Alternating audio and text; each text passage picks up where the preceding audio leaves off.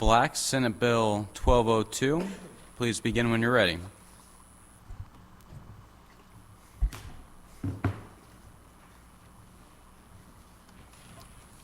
Thank you to Sanders and Frank. Senate Bill 1202. It's a benevolent tax credit for faith, community, and peer-based addiction recovery programs in Missouri. For the record, my name's Rusty Black, and I represent the 12th Senate District.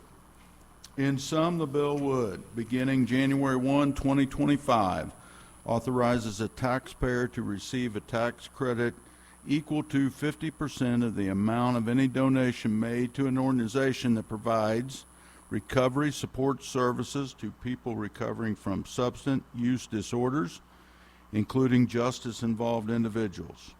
Tax credits are non-transferable, but may be carried forward for 4 years. A taxpayer must donate at least $250 to receive the credit. The Department of Mental Health is charged with determining whether an organization is qualified. To be qualified, an organization must be a valid 501c3 organization that provides recovery support services. No single organization may utilize more than 20% of the tax credits available statewide in a single year. Organizations that have an annual budget in excess of $5 million or provide compensation to any single employee in excess of $100,000 annually is what in the House bill that Representative Smith is carrying. The bill that I have has a $125,000 maximum salary rather than the $100,000 for any employee, are ineligible to issue tax credits. So if somebody pays an employee $125,001, then that organization would not be eligible. The Department of Revenue may authorize up to $2.5 million tax credits annually, subject to annual appropriations. The provision of this bill will expire sunset in 6 years from the effective date. With that, if there's any questions, I might answer them, but I've got a lot better experts behind me. Thank you. Do we have any questions for the Senator? All right. Anyone who would like to testify in favor, please come forward.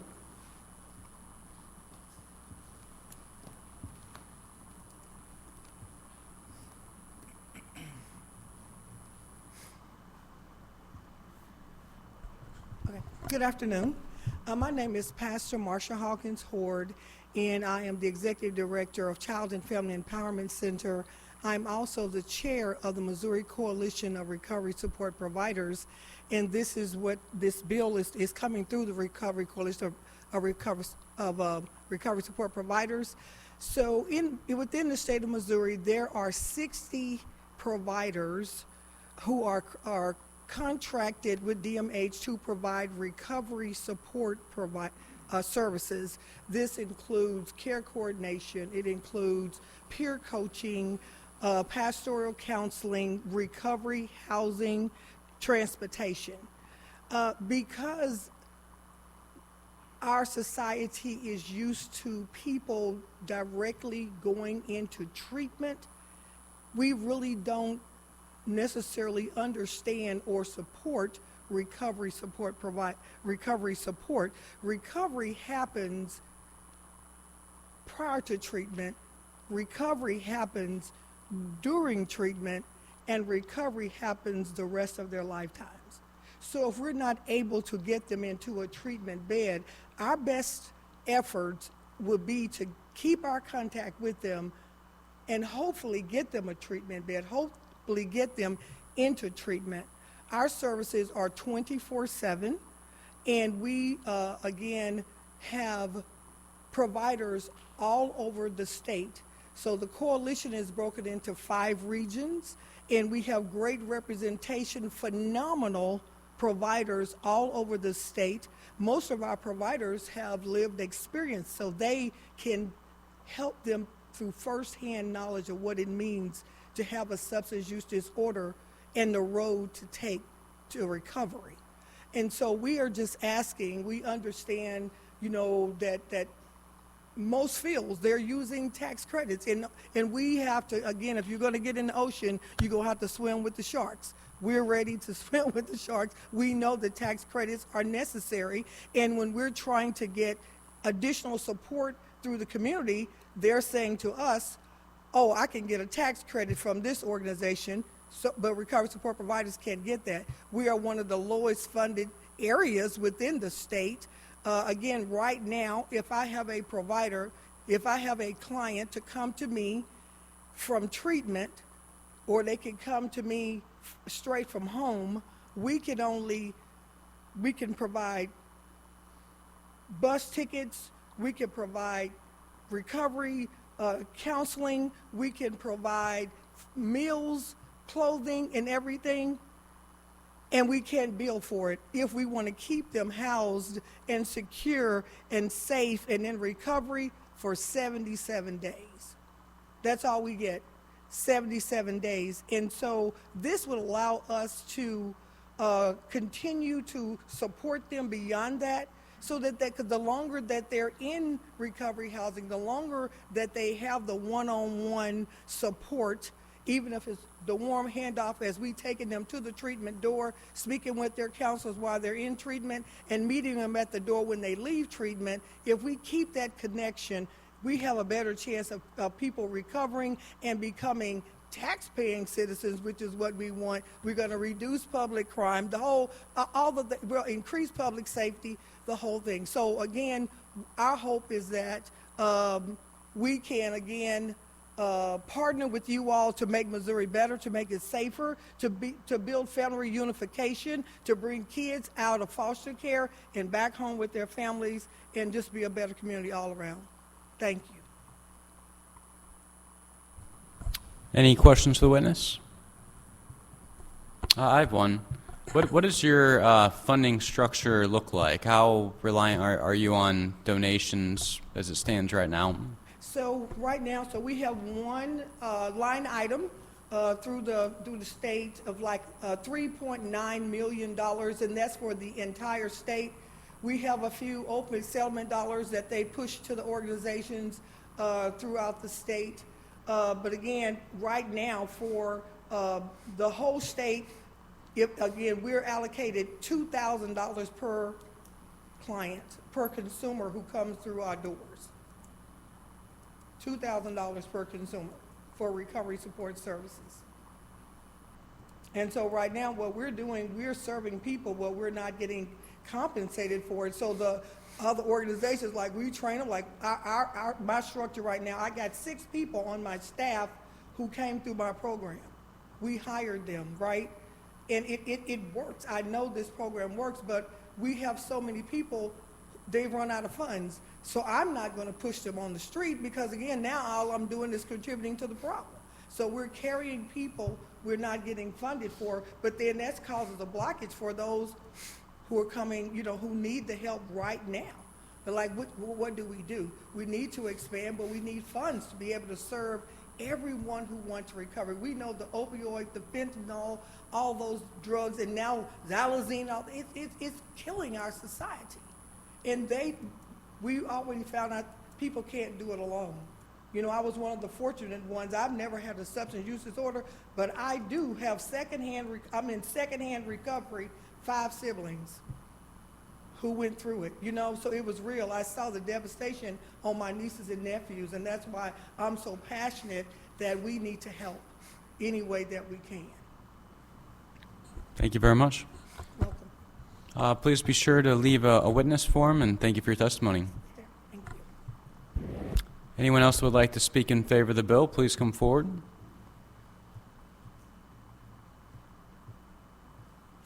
Anyone who would like to speak in opposition?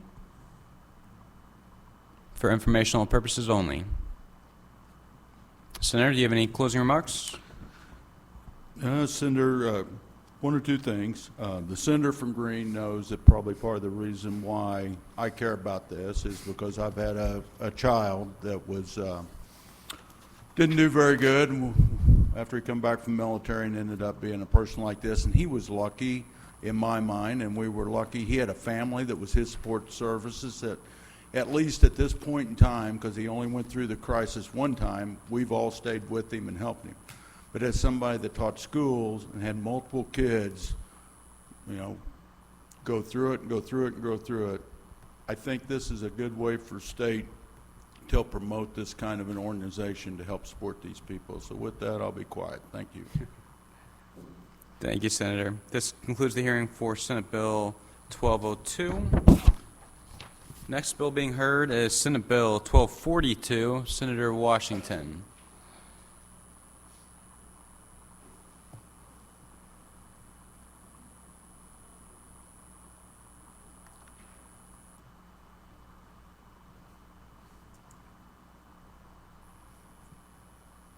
Good afternoon. Thank you for being here. 1242, which myself and your chief of staff have been trying to work on for a while. This is just kind of our beginning of a conversation. The basics of 1242 is that we want to reevaluate how we consider properties or projects blighted, or if they're in a blighted area before TIF can be awarded. Right now, the blight definition is extremely loose, which allows for TIF projects to go on and takes what could be future increased school property taxes to our school districts, our police departments, our libraries, and other entities, our community colleges as well. So we want to be able to reevaluate that. In my own community, most of the TIFs are in the areas where there is no real blight, as one would consider what blight is. And the reason that these are able to go on is because of the blight definition. This definition currently says by reason of the predominance of insanitary or unsafe conditions. Well, we can say that for anything. I believe that there was a TIF application in Kansas City because the sidewalks were broken, something that our Public Works Department will fix for free. That should not have made that a blighted area to be able to get TIF. And then TIF needs to stop sometimes. We do have some areas in our community in Kansas City that were blighted in some parts, not the entire community, but they are now very well funded, very well, lots of businesses, lots of residential, and they should no longer be able to get TIF because it's no longer blighted.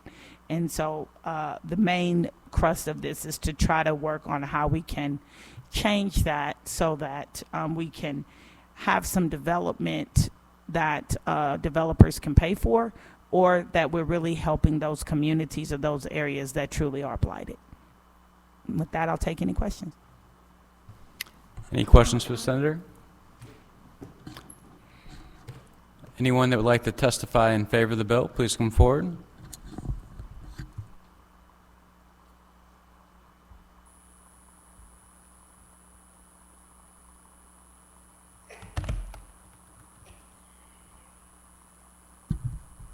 Good morning, or good afternoon. I'm Michael Duffy, Senator Brown, members of the committee.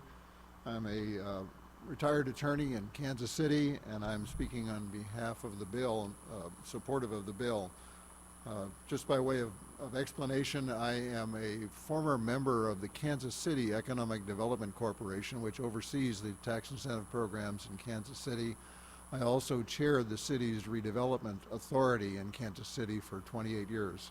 So I'm quite familiar with economic development tax incentives. I have voted in favor of innumerable tax incentive projects to try to help redevelop and boost the economic development of Kansas City. In the process of spending so many years with economic development tax incentives, I always have to keep in my mind that anytime we provide tax incentives to any kind of development, it's a tear in the fabric of the trust that our public has in the whole tax system. It's inherently unfair to give a tax break to one individual or individual project, more or less at the expense of the rest of the taxpayers. So we must set an extraordinarily high bar for when we use tax incentives so that the public maintains a sense of confidence and trust in the overall tax system. We live in an era now where a lot of that trust is definitely frayed. The TIF projects in particular are the ones where the big money goes through. And it reaches all kinds of taxes: property taxes, sales taxes, economic development activity taxes, income taxes, etc. The amount of money that goes through these is quite substantial. This bill attempts to narrow the focus of TIF tax incentives, as Senator Washington just mentioned, in part by looking at the definition of blight. Does this incentive really go to areas where the incentive is needed? And secondly, if these incentives come at the expense of other taxing jurisdictions who depend upon this revenue, is that also an issue that we should look at? Now, the bill proposes an automatic 25% set aside for any revenues that are collected as a result of TIF projects, and dedicates that to the local taxing authorities, whether it be the school districts or the library or the mental health fund or whatever it is in the municipality that's being affected. That would actually codify what's been in place in Kansas City for about 5 years now. And the concern was that that will automatically kill tax incentive projects. Well, it has not. It's actually been fairly successful. It's controversial. It's a difficult thing to get for developers to get their arms around, that they don't get the whole pie, they just get 3/4 of the pie. But it's been beneficial and it's worked. So this bill would essentially codify for state law that practice of dedicating 25% of the revenues to local taxing authorities, and would also, again, help restore trust in the whole process. The bill also would try to create some criteria for what constitutes an area that deserves incentives. And it could be a menu of among 3 things. One, is there low unemployment? 2, is there a lack of capacity to generate revenue in the area? And the third one is escaping me. Low income, pardon me. So if any of those criteria exist, then TIF would be applicable for that area. I actually would recommend modifying that. If we want to really focus on areas that are most in need, I would look at existing property values. A lot of TIF projects they're almost always commercial projects, not entirely, but typically commercial projects where nobody lives. So it doesn't often make a lot of sense to look at the area and say, what is the unemployment rate or what is the income of the people living there, because there's nobody living there. But what is, I think, more material is what are the property values. If a property is assessed, or a block or a small area is assessed by a professional appraiser at a fairly high level, then that tells us automatically that it has economic value for development purposes and therefore may not need tax incentives. On the other hand, if the assessed values are significantly diminished compared to property values in the surrounding area, then that tells us, well, this can't be developed because otherwise it would be reflected in the market value of the property. And I have to tell you, in my experience sitting before hearing a number of development proposals, developers said, well, we need tax incentives because here's all of our costs. And among the costs is a very high acquisition cost for the property. And yes, that tends to drive up the cost, meaning we have a budget shortfall, therefore we need tax incentives to cover that gap. Well, that all makes sense from a developer's point of view, but from a public point of view, what we're really doing is giving an incentive that winds up being transferred to the seller of the property. The seller of the property is pocketing what is, in my mind, an excessive benefit for this tax incentive. So on paper, if you just look at the development, yes, there's a need, but really why, if we have a high property value, that tells us already the market is saying this is a developable property without tax incentives. And if we have a market like Kansas City, which I'm most familiar with, where tax incentives are widely used, the market almost incorporates the assumption of tax incentives into setting the sale price of a piece of property.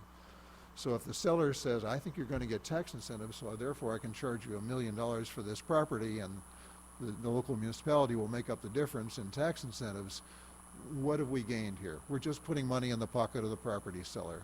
The property would have been developed anyhow without the incentives. At any rate, I'm getting into more detail than I intend to do on this, but the point of the bill is to try to focus incentives where they're most needed, where they're most effective, where the public dollar does the most good, and where it's least likely to harm the local taxing jurisdictions. I'll stop there and answer any questions. Thank you for your testimony. Do we have any questions for the witness? Thank you very much. Please be sure to leave a witness form. Thank you.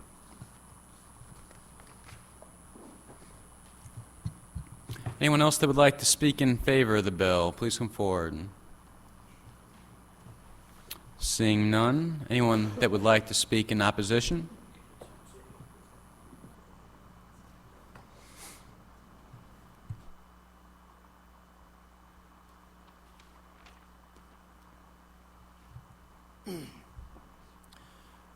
Mr. Chairman, members of the committee, Randy Scher, representing the Missouri Economic Development Financing Association. It's a statewide association of cities, counties, their economic development councils across the state, working on all sorts of different types of economic development incentives and projects. It pains me to come up and testify against Senator Washington's bill because we have such a great relationship, and I know she's trying to do the right thing here. This bill and changing the definition of blight, I think goes way beyond what may have been intended. This has deleted a lot of the standards and characteristics that might be needed or could be used for an economic development project. I'm going to very quickly I'm going to be very brief, but this eliminates the provisions dealing with deterioration of site improvements. It eliminates the existence of conditions, this is language, the existence of conditions which endanger life or property by fire or other causes. It eliminates language regarding retards the provision of housing accommodations. It also repeals language that provides for constitutes an economic or social liability, and there are several others. The way this is drafted, it also includes additional annual reporting, which is just additional paperwork. We sent this out to a lot of the members, which include obviously developers, economic development council. We got back some very interesting comments, and I'm just going to end with just a very short bit of what we received back. One of them, and this was presented as something affecting TIFs. This bill, as drafted right now, would impact economic development plans, including TIFs, planned industrial expansion authorities, land clearance restoration authorities, community improvement districts, and 353 projects. So I don't know that was intended, but one of the consultants that responded back after looking at this bill said that that this would have affected 80 to 90% of all blight projects they have completed in the past in their career. So that is we feel it's going to have a dramatic impact on city, urban, even some county economic development projects. So I'll stop there and see if there are any questions. Thank you for your testimony. Do we have any questions? Thank you very much. Please be sure to leave a witness form.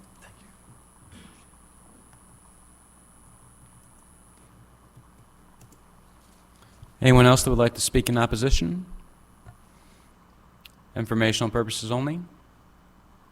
Senator, do you have any closing remarks?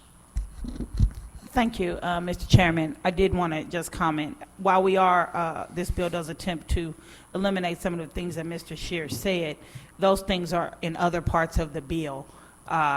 So as long as a bill is vacant, I'm in a building or an area is unsanitary, unsafe for living or working, then that's what we want to do. We want to go after blighted areas. Because as we look at what Kansas City has done, which I appreciate, saving buildings and that sort of thing, what I don't appreciate is that it all happens in communities or given to developers who already have it. For instance, and the titling. I think we have one called Blue Ridge Crossing. That's Walmart. Walmart doesn't need a TIF to build a Walmart. And where all Walmarts are, there's other development there. Walmart usually owns that land. So, you know, they don't need that at all. And what happens a lot of times is they'll tear the buildings down before the sale so that the value can just be the land, and also use that as a way to say, well, it wasn't going to get any money before, so now you're going to get, you know, something. It was sitting there vacant. But it just hasn't shown that it has been to the most blighted communities. 64128, 64130, 64129. These are some of the most blighted zip codes in the entire United States of America. So they should not be left out of this process if we really are doing this to improve the economic development in areas that are mostly blighted. Thank you for listening. Thank you, Senator. This concludes the hearing for Senate Bill 1242. Next bill being heard is Senate Bill 785. Senator Beck, you're up.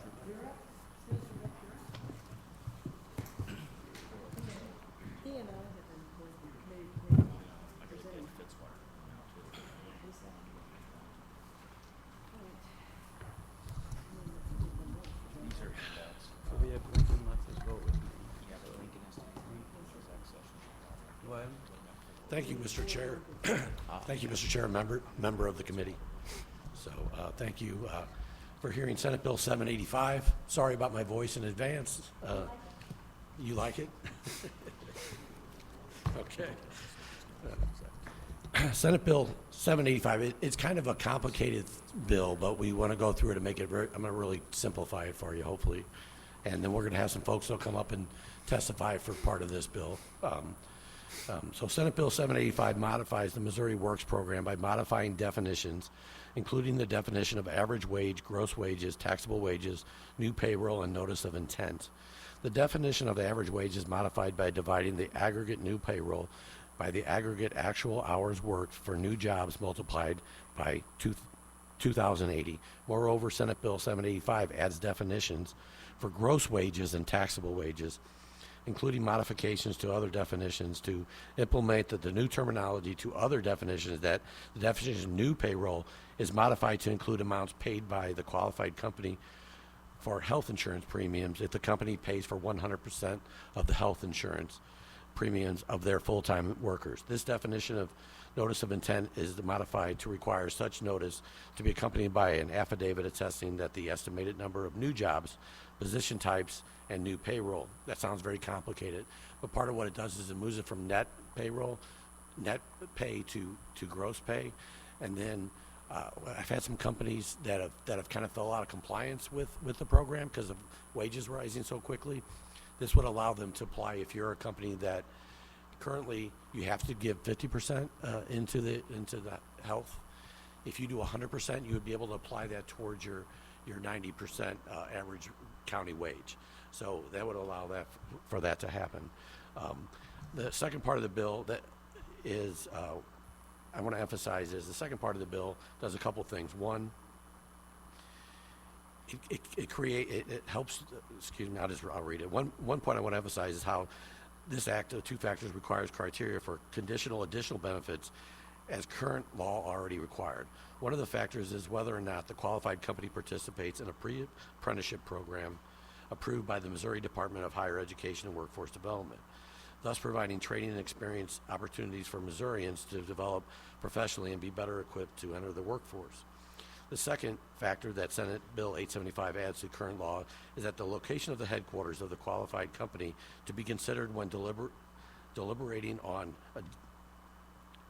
additional benefits to Section 1, with preference given to contractors selected that they be from Missouri, the Missouri contractors, and also that the people that work for that contractor give preference to them if they live within a 50-mile radius. 85% of those folks should live within a 50-mile radius of the project. What this will do is currently this, and I think it's a good program, a lot of this money leaves our state. and it goes to outside contractors, and it goes to outside folks that don't live here. I'm trying to incentivize that we keep Missouri taxpayer money goes to Missouri taxpayers, the people that live in the state. And with that, Mr. Chairman, I'll take any questions that you may have. Any questions for the senator? Anyone that would like to testify in favor of the bill, please come forward.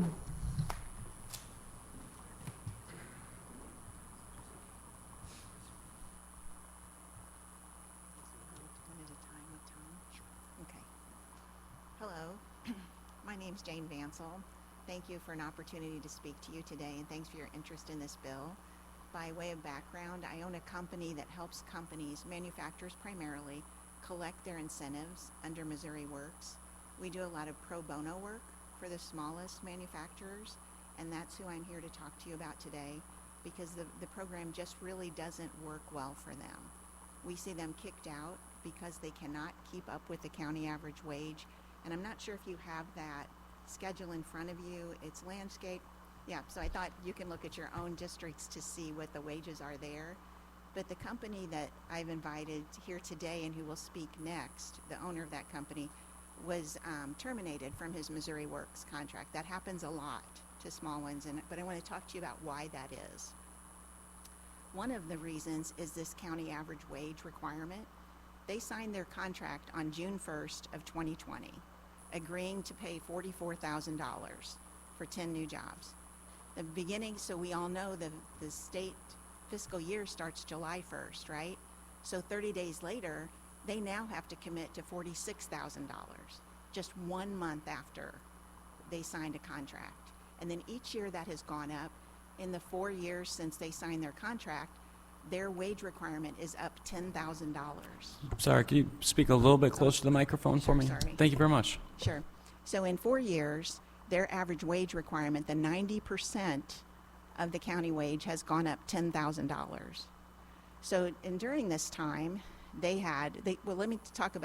started with 50 base jobs, for which they paid $2.1 million. 3 years later, for those same 50 base jobs, they're paying $3.1 million. So almost $1 million more for the jobs they've had in St. Louis. Those jobs have turned over, 25 of those jobs have turned over 4 times in the 3 years because of the manufacturing hiring issues, which I'm sure we're all aware of. It's not just unique to St. Louis, right? It's very difficult to get manufacturing employees.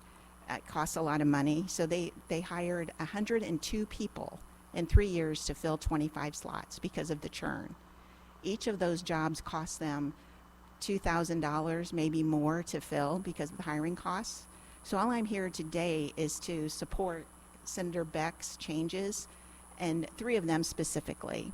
And one is to ask you to consider locking in that county average wage at the time of the contract, even if it goes to 100% of the original, but to agree to hire people at $44,000, almost $45,000, and 3 years later have to pay $10,000 more is a huge jump. The wages have gone up. The county average wage went up 7% in 1 year, 5% the others. That's really difficult to keep up with. And the reason I'm asking is, again, in support of companies that pay 100% of the medical insurance premium. This company does that. They also give an automatic 1% raise every 3 months for the first 3 quarters of the year. At the end of the year, they get an automatic 2%. So he's having a hard time keeping up with those wages. He's hired 26 new people. Most of those, the beginning of those new jobs were to strategic hires, so they were going to add 65 people. So they needed to have an HR professional, a CFO, an IT professional. Those highest paid jobs, which would easily have made their average work, had to backfill people that left the base jobs. So when you do a new average, that's how they're under. They've actually hired plenty that would average to this, but they have to fill when people leave in order for the state to remain whole. Those 26 new jobs have created $1.5 million in additional payroll. This company has gotten 0 benefit for that. So they've maintained their 50 jobs. They're paying almost $1 million more for those, their starting point, and they've hired 26, but have gotten no credit. Actually, it's 26 net new now after they've backfilled all of those 25. So we're asking you to please consider making a change about the county average wage on its face, the publication. The other issue is the gross wages. Those county average wages on that schedule are, the starting point is the Federal Bureau of Labor Statistics, and that number comes from gross wages. It's not some other formula. Other states use gross wages to calculate the average wage. That has no bearing on the benefit that gets paid. Benefit calculations should remain the same and should be based on the state taxable wages. So we're not paying more than what the state brings in. So we're not asking for a change in that. And do you have any questions about those? Am I making that clear? Any questions? Please. Okay, so I'm listening, I'm hearing, obviously insurance rates go up 10, 15% if you're doing full coverage for employees. You have the 1%, you said that your particular example, 1% increase every 3 months for a new hire. And then I'm curious as to why those things don't come into play when you're considering the overall 3-year hike of. No, they do. Okay. But even with those, they're not able to Still keep with up with the okay. county average wage. And here's why. The county average for these small to middle manufacturers, they're not top heavy. So they don't hire a lot of corporate Sure. people making $150,000.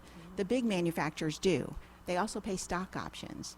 And when you look at that county average wage, that schedule that you have, that takes into account all of those things. So we're measuring apples to oranges, right? Right.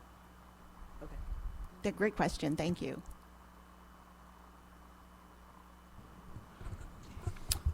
Oh, one last. Yeah, sure thing. One last thing. So I can't help myself.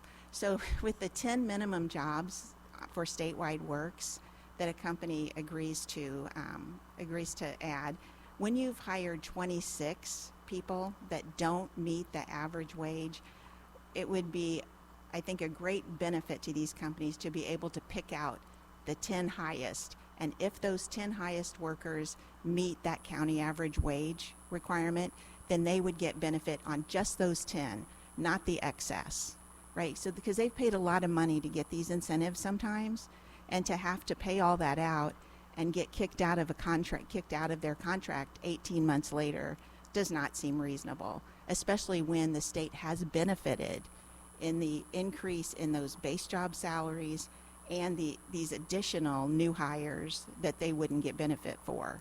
So in this instance, they've hired 26 people. They would only get benefit for 10.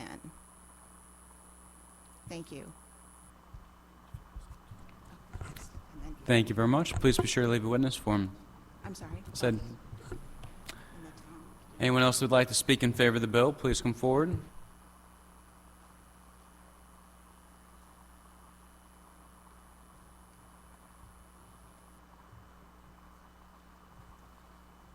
Hello, I'm Tom Roderick, R&S Machining. Thanks for hearing me today. When we first got on this program, we went into it with full intention to create jobs. And the way the program works out is if we would have only hired 10 instead of 26, we'd still be on the program. So we need to figure out what is the program really to do. It's to gain jobs and create jobs for people, and then eventually they will make the wage that we want them to make. But we have some employees that retire, which are making well above the wage. But then when you backfill them, you can't find someone of that skill level. So you backfill with a little bit lesser with full intent that they're going to eventually get there, but that makes your ratios go out. Also, if you look up the state average for a machinist, we pay $4 an hour over the state average. And I don't see how we can pay $4 over the state average and not meet the program. So those are just a few things that I think need to get looked at and just tweaked a little to where I know a lot of my friends that own businesses would love to be on the program, but from what I'm hearing, it's too complicated, and so they're not doing it, and they'd rather just get the work done with the people that they have. So it's kind of what would you call it? Stunting the growth of the program. Okay, thank you. Any questions for the witness? Thank you. Please proceed to the witness form. Next up in favor of the bill.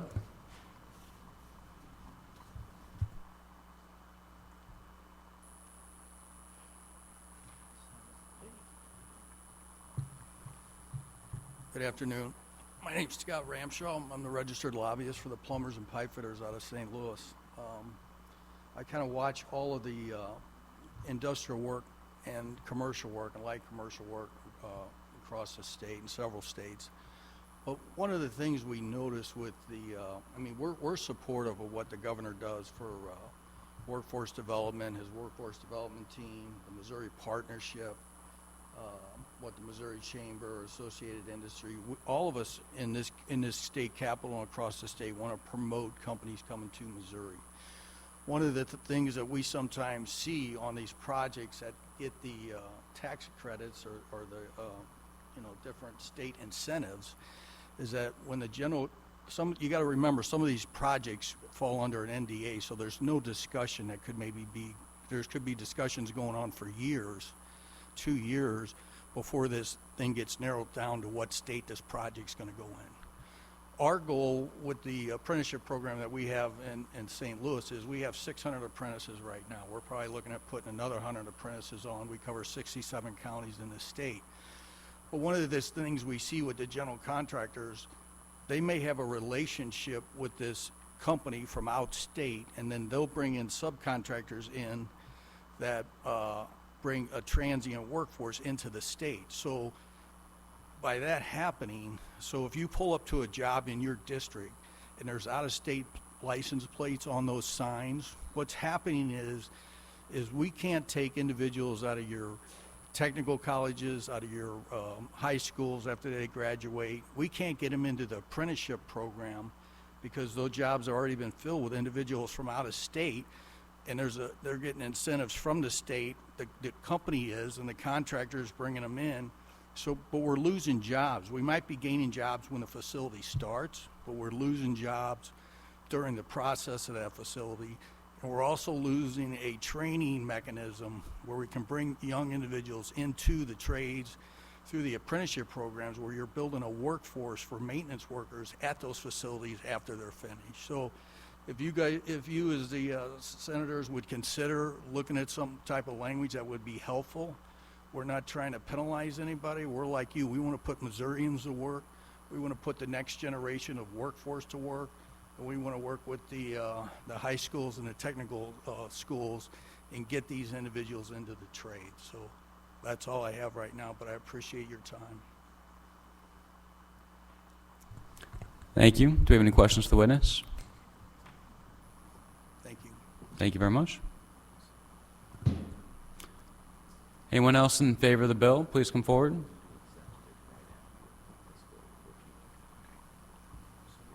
Anyone opposed? For informational purposes only. Senator, any closing remarks? Yeah, thank you. And really what I'm doing in the second part of the bill would do that. I think the first part would make it fair for some of these smaller companies that are the backbone of our economy in Missouri that we don't look at sometimes. But the second part of the bill also would help keep those taxpayer dollars in Missouri going to Missouri contractors and Missouri workers. Thanks. Thank you. This concludes the hearing for Senate Bill 785. Before our next hearing, since we have a quorum, I'd like to make the motion to go into executive session. Do I have a second? We are now in executive session. Did we ever do a roll call?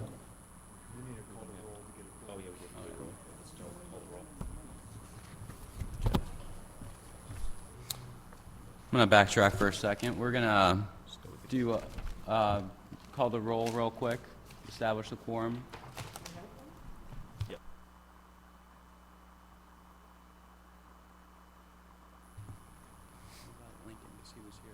I already marked it.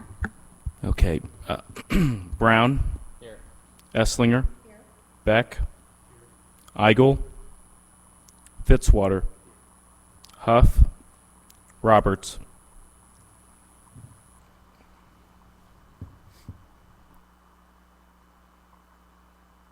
Now I'd like to make a motion to go into executive session.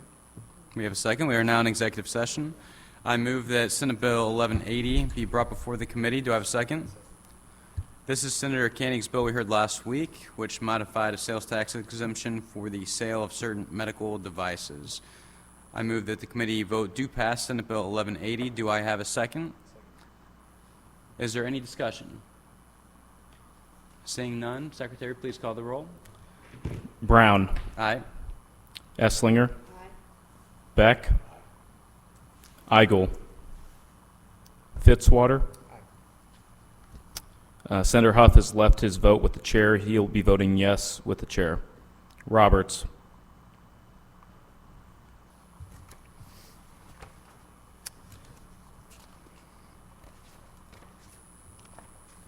By your vote of 5-0, you have voted to do pass 1180. Senate Bill 1180. I now move that Senate Bill 1010 be brought before the committee. Do I have a second? This is Senator Cierpoit's bill we heard last week, which extends the sunset on a tax deduction for savings accounts for long-term care. I move that the committee vote do pass Senate Bill 1010. Do I have a second? Is there any discussion? Seeing none, Secretary, please call the roll. Brown. Aye. Esslinger. Beck. Eigel. Fitzwater. Huff. Senator Huff has left his vote with the chair. He'll be voting yes. Senator Roberts. By your vote of 5-0, you have voted to do pass Senate Bill 1010. Now move that Senate Bill 1207 be brought before the committee. Do I have a second? This is Senator Hoskins' bill we heard last week, which establishes the Work Opportunity Tax Credit. I move that the committee vote do pass Senate Bill 1207. Do I have a second? Is there any discussion? Seeing none, Secretary, please call the roll. Senator Brown. Aye. Senator Esslinger. Senator Beck. Senator Eigel. Senator Fitzwater. Senator Huff. Senator Huff has left his vote with the chair. He'll be voting with the chair, and that is a yes. Senator Roberts. By your vote of 5-0, you have voted to do pass Senate Bill 1207. And finally, I move that Senate Bill 822 be brought before the committee. Do I have a second? This is Senator McCreery's bill we heard a few weeks ago, which modifies the Senior Citizen Property Tax Relief Credit, also known as the circuit breaker. I move that the committee vote do pass Senate Bill 822. Do I have a second? Is there any discussion? Seeing none, Secretary, please call the roll. Senator Brown. Aye. Senator Esslinger. Senator Beck. Senator Eigel. Senator Fitzwater. Senator Huff. Senator Huff has left his vote with the chair. He'll be voting yes. Senator Roberts. By your vote of 5-0, you have voted to do pass Senate Bill 822. I now make a motion to move out of executive session. Do I have a second? Second. We are now out of executive session.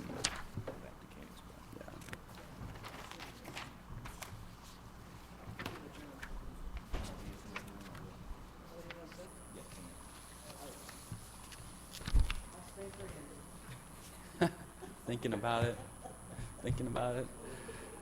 All right. I move that Senate Bill 1180 be brought before the committee. Do I have a second? Oh, wait. Hold on. Wrong page here. Hold that thought. We already did that one.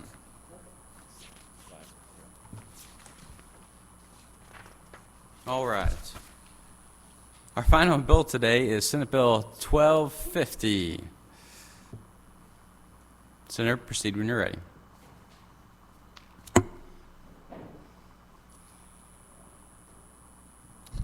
Thank you, members of the committee, for Senator Andrew Koenig from the 15th District here to present Senate Bill 1250. This is dealing with the SALT deduction. So back when we had the Trump tax cuts, there was an elimination of the state and local taxes being able to deduct.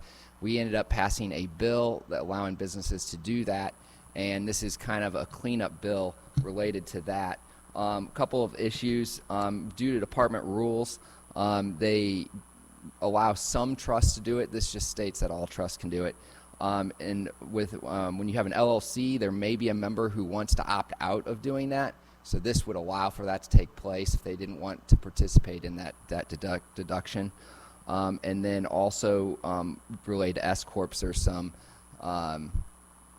process with the way the department is doing that. Just some cleanup language there. It does have a 0 fiscal note. So with that, I will answer any questions.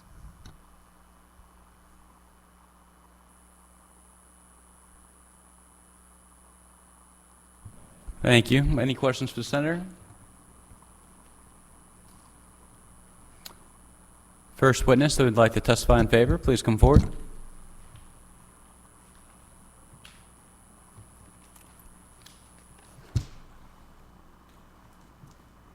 Good afternoon, Mr. Chairman, member of the committee. My name is Chuck Pierce. I'm here today representing the Missouri Society of CPAs and Associated Industries of Missouri. Appreciate the sponsor bringing this bill. He actually carried both of the bills that passed, the underlying bills, and these, as he said, are technical corrections. The history on this, we passed this legislation in 2022, but it was effective for that ending tax year. So 2023 was the first year that CPAs really had to start like cranking through these, and we found some technical issues once we actually got the law translated to the forms. And so we put together a committee of CPAs. We worked on this in the interim. We worked with the Department of Revenue. Summary is very accurate. The sponsor did a good job of summarizing this. It, has a 0 fiscal note. I can take as deep a dive in this as you want, but I'm seeing like probably not. So with that, I take any questions.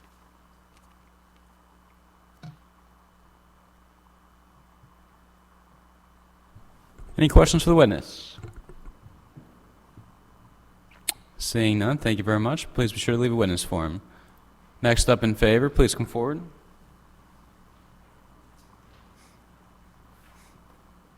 Good afternoon, members of the committee. Philip Arnzen with the Missouri Chamber of Commerce and Industry. We'd like to go on the record and support anything that can kind of clarify our tax code and make it easier to work with, we're supportive of, and that also helps lower the cost of doing business in Missouri.